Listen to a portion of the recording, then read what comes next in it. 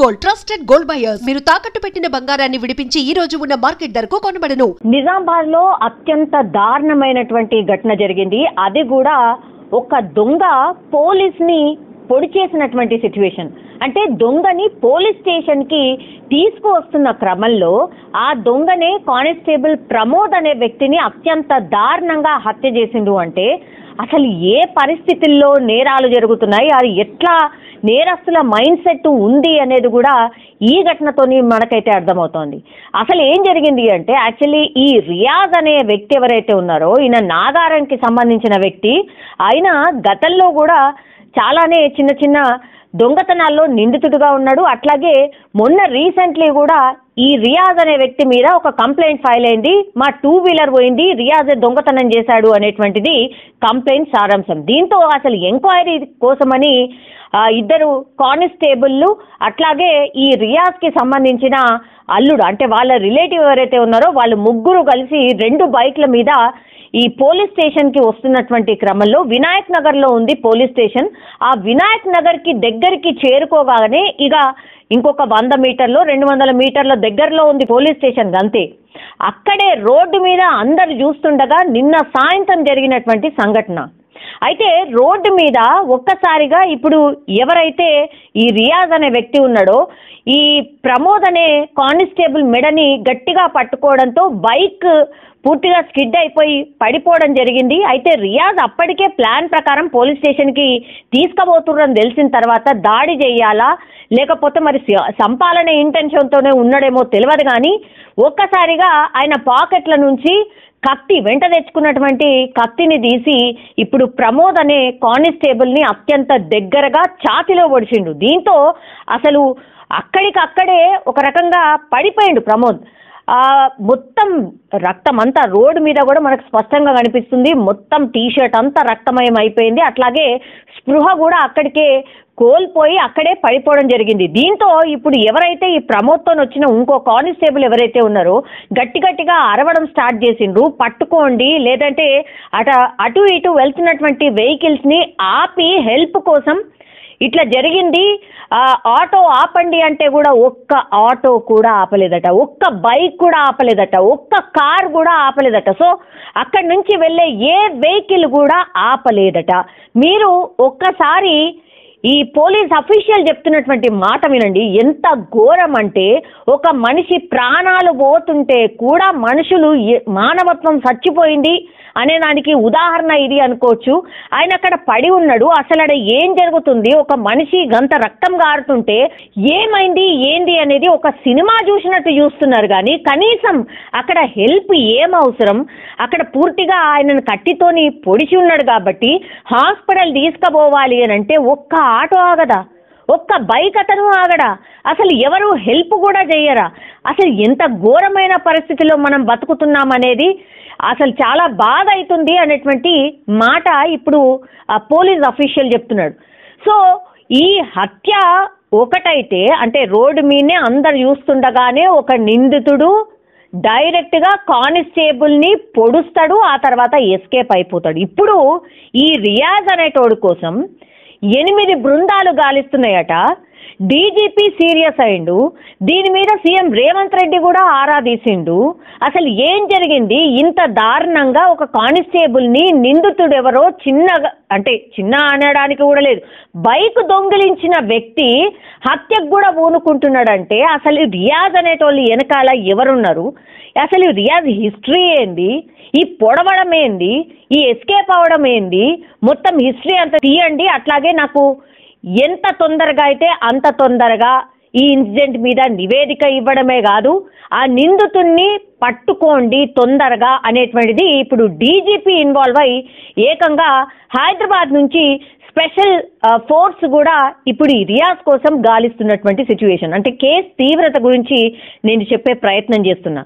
So ఒక చిన్న ఏమంటారు ఈ చిన్న దొంగతనాలు చేసే అంటే వ్యక్తి ఇప్పుడు ఒక కానిస్టేబుల్నే పొడిచే అంత స్థితికి చేరుకున్నాడు అని అంటే క్రైమ్ రేట్ ఆర్ ఆలోచన విధానం లేదంటే ఇంత భయంకరంగా మనుషులు ఎట్లా తయారైనరు అనే దానికి నిదర్శనమే ఈ ఇన్సిడెంట్ అని కూడా చెప్పొచ్చు. ఇప్పుడు ఫ్యామిలీ మెంబర్స్ పాపం అంటే సిన్సియర్గా డ్యూటీ చేసినందుకు మేము మా వాళ్ళని పోగొట్టుకోవాలా అనేది ఒక క్వశ్చన్ రైజ్ అవుతోంది. ఇంకోటి, అసలు మానవత్వమే లేకుండా పోయిందా? రోడ్డు మీద ఇంత పెద్ద ఇన్సిడెంట్ జరిగితే కనీసం మనుషులు బండులు ఆపి మరీ కనీసం అంటే కనీసం దగ్గరున్న హాస్పిటల్కి కూడా తీసుకుపోయేంత తీరిక లేదా? లేదంటే భయమా? ఈ కేసు మాకేడా అంటుకుంటుందో, అసలు మాకేం సంబంధము, మళ్ళా మమ్మల్ని రమ్మంటారు పోలీస్ స్టేషన్కి అనేది దాంతోని ఎవరు పట్టించుకోకుండా పోయినరా? అసలు ఎందుకు? ఈ క్వశ్చన్స్ కూడా రైజ్ అవుతున్నాయి. ఇప్పుడు ఈ పోలీస్ అఫీషియల్ అడుగుతుంది కూడా అది. కనీసం అంటే కనీసం మా వాళ్ళని అంటే రోడ్డు మీద ఏదైనా ఇన్సిడెంట్ జరిగితే పట్టించుకునే పాపాను కూడా ఓట్లేదు పబ్లిక్. అసలు ఏమైంది పబ్లిక్కి, ఏమైంది మనుషులకి అనేది ఆయన అడుగుతున్నటువంటి క్వశ్చన్. ఇప్పుడు పాపం ఈయన అంటే ప్రమోద్ ఎవరైతే ఉన్నారో సిన్సియర్గా డ్యూటీ చేసినందుకు ఇప్పుడు ప్రాణాలు పోగొట్టుకున్నటువంటి పరిస్థితి. ఆ ఫ్యామిలీకి ఎవరు ఆన్సర్ చేయాలి? జస్ట్ ఒక దొంగని పట్టుకొచ్చి పోలీస్ స్టేషన్లో కూర్చోబెట్టడానికి అని పోతే ఏకంగా ప్రాణమే పోయింది. ఇప్పుడు వాళ్ళ ఫ్యామిలీ పరిస్థితి ఏంది? అంటే ఇంత సిన్సియర్గా డ్యూటీ చేస్తే కానిస్టేబుల్ల పరిస్థితి ఏంది? పోలీస్ డిపార్ట్మెంట్ పరిస్థితి ఏంది? ఇట్లాంటి రకరకాల క్వశ్చన్స్ అయితే రేజ్ అవుతున్నాయి. ఈ కేసును మాత్రం చాలా తీసుకున్న సిచ్యువేషన్ అయితే కనిపిస్తోంది. అండ్ అట్లాగే ఈయనను పట్టుకున్నా, ఈయన అడ్రస్ చెప్పినా లేకపోతే వెతికి పెట్టినా, ఆయన ఎక్కడున్నాడో కనిపెట్టిన వాళ్ళకు కూడా 50,000 రూపాయల ప్రైజ్ మనీ కూడా అనౌన్స్ చేసిందంటే ఈ కేసు తీవ్రతని మీరు అర్థం చేసుకుంటారని అనుకుంటున్నాం. అండ్ ఇంకోటి ఏంటంటే సార్, మీరు ఓన్లీ ఇట్లా మీ డిపార్ట్మెంట్ అంటే పోలీస్ డిపార్ట్మెంట్లో ప్రాణం పోయిన వాళ్ళకే ఇట్లా రెస్పాండ్ అవుతారా? నార్మల్ పబ్లిక్ కూడా మరి చాలా మంది ఇట్లాంటి ఇన్సిడెంట్లో ఎన్నో ప్రాణాలు పోయినాయి సార్. మరి వాళ్ళు కూడా ఇట్లాంటి ట్రీట్మెంటే ఆర్ ఇట్లాంటి డీలింగే ఈ కేసుని ఛేదించడంలో ఇంతే సీరియస్గా ఉండాలి అని కూడా చాలా మంది కోరుకుంటారు సార్. ఆ దిశగా కూడా మరి పోలీస్ డిపార్ట్మెంట్ ఆలోచించాల్సిందిగా చాలా మంది కూడా ఈ ఇన్సిడెంట్ తర్వాత రిక్వెస్ట్ చేస్తున్న సిచ్యువేషన్ అయితే కనిపిస్తోంది. కానీ అత్యంత బాధాకరం, ఒక సిన్సియర్గా ఒక దొంగని పట్టుకొచ్చి పోలీస్ స్టేషన్లో వేయాల్సినటువంటి కానిస్టేబుల్ ఏకంగా ఆ దొంగ చేతుల్లోనే ప్రాణాలు కోల్పోయినటువంటి సిచ్యువేషన్. ఇన్సిడెంట్ ఒకటి జరిగింది. ప్రమోద్ అని మన సిసిఎస్ కానిస్టేబుల్ ఒక రియాజ్ అని అక్యూజ్ని తీసుకొస్తున్నప్పుడు అతను మన కానిస్టేబుల్ని మీద అటాక్ చేసి కానిస్టేబుల్ని స్టాబ్ చేయడం జరిగింది.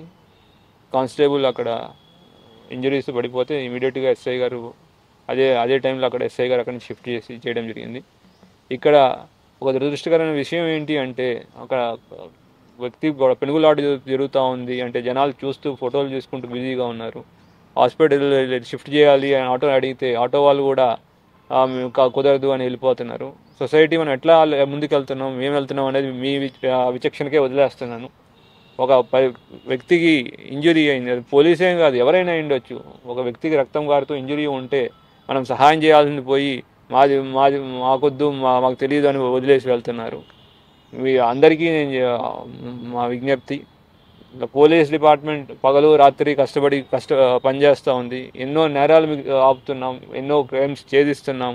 ఈ ఒక క్రైమ్ ఛేదించే విషయంలోనే ఒక కానిస్టేబుల్ ఇప్పుడు తన ప్రాణాన్ని పోగొట్టుకున్నారు. ఇప్పుడు ఆ కానిస్టేబుల్ లేని లోటుని ఆ ఫ్యామిలీ మెంబర్స్ అయితే ఎవరు తిరిగి అందిలేరు.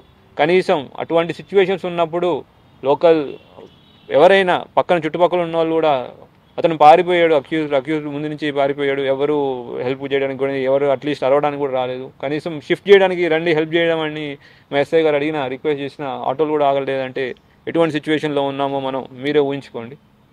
మనం అందరికీ ఒక విజ్ఞప్తి పోలీస్ డిపార్ట్మెంట్ నుంచి, అటువంటి ఇన్సిడెంట్స్ ఎవరికైనా అవ్వచ్చు. అట్లాంటప్పుడు మనం సహాయం చేసి ఒకరిని ప్రాణాన్ని కాపాడిన వాళ్ళు అవ్వాలి కానివ్వండి, మన బాధ్యతను వదిలేసుకుని మనకెందుకు మనం వెళ్ళిపోదాము అనే దాంట్లో ఉంటే ఐ డోంట్ నో దాన్ని ఏం చెప్పాలో నేను చెప్పలేను. నిందితుడిని పట్టుకునేదానికి అన్ని ప్రయత్నాలు చేస్తున్నాం. టోటల్ 8 టీమ్స్ పైన ఫామ్ చేసాం. ఎక్కడెక్కడ తిరుగుతాడు అనే దాని మీద కూడా మేము అబ్జర్వేషన్ పెట్టాం. అతని గ్యారంటీ పట్టుకుంటాం. లీగల్లీ ఆల్ చేయాల్సిన యాక్షన్ తీసుకుంటాం. రియాజు ఒక పాత నేరస్తుడు అదే పాటు రౌడీ షీటర్. అట్లాంటి వాటిని పట్టుకోవడానికి పగడ్బందీగా వ్యవహరించాల్సిన అవసరం ఉంటుంది. కేవలం ఒకరిని పంపలేదు, మీకు ఇన్ఫర్మేషన్ తప్పు ఉంది. ఆల్రెడీ ఒకరిని పంపుంటే వెనకాల ఇంకో ఎస్ఐ గారు ఎట్లా ఉంటారు. ఉన్నవన్నీ ఇమీడియట్గా పట్టుకొని అతనికి ఆల్రెడీ ఒక టీం వెళ్ళి అప్రిహెండ్ చేయడానికి వెళ్ళింది. ఆ టీం అప్రిహెండ్ చేసి అతన్ని తీసుకొచ్చేటప్పుడు అది కొన్ని సిచ్యువేషన్స్లో కొన్ని యాక్టివిటీస్ జరిగినాయి. అతని దగ్గర వెపన్ ఉంది, వెపన్తో మమ్మల్ని అటాక్ చేయడం జరిగింది. దీని గ్యాంగ్ లీడర్ ఉన్నాడు, ఇదంతా గంజాయి మాఫియా, గంజాయి ముఠా ఉంది వీళ్ళని. మీరన్నీ ఐ డోంట్ నో, నేను ఇన్వెస్టిగేషన్ జరుగుతూ ఉంది, let the investigation take place. పోలీసుల నుంచి ఒక డిమాండ్ వస్తుంది సార్, ఏదంటే మాకు సెక్యూరిటీ లేదు, వెపన్స్ కూడా ఫారెస్ట్ వాళ్ళకి ఇచ్చినట్టు వెపన్స్ రావాలి. ఆల్రెడీ ఉన్నాయండి wrong information. Don't spread wrong information to all. మా సిసిఎస్ వాళ్ళ దగ్గర వెపన్స్ ఉన్నాయి. ఈ సందర్భంలో వెపన్ అతని దగ్గర ఒక దగ్గర లేదు, అంతేగాని పోలీసులు నుంచి డిమాండ్ వస్తుంది ఇవన్నీ మాకు. Don't spread wrong message. డిపార్ట్మెంట్కి ఏ విధమైన బాధ్యత? Department we are there. డిపార్ట్మెంట్ మా ఫ్యామిలీలో ఒక వ్యక్తి చనిపోయాడు. వీఆర్ లిటిల్ ఎమోషనల్లీ మేము కూడా ఉన్నాం, బట్ మా పని మేము చేస్తున్నాం. మా రిక్వెస్ట్ అందరికి కూడా, ప్లీజ్ అటువంటి ఫ్యామిలీకి సపోర్ట్గా ఉండండి. మిగతా వాళ్ళు నిన్న కూడా మేము చెప్పడం జరిగింది, మిగతా వాళ్ళు కూడా కొందరు దాంట్లో రాజకీయం చేయాలని మిగతా ఏం చేయాలని చేస్తున్నారు. అటువంటి ఇప్పుడు మనకు కావాల్సింది ఏంటి, ఒక కుటుంబానికి సహాయం, సపోర్ట్గా ఉండాలి, ఎమోషనల్గా సపోర్ట్ ఉండాలి. అట్లా ఉండి ఇప్పుడు పోయిన ప్రాణాన్ని మేము తీసుకోలేము, కానీ మా కుటుంబంలో ఒక వ్యక్తి చనిపోయాడు.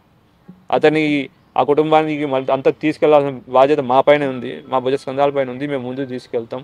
ఎవరైతే చేశారో తప్పకుండా మాకు లీగల్ సిస్టమ్ మీద మేము ఎప్పుడు పోలీసు వాళ్ళ లీగల్ సిస్టమ్ ఎప్పుడు మిస్ కాం, ఫాలో అవుతాం, తప్పకుండా యాక్షన్ తీసుకుంటాం.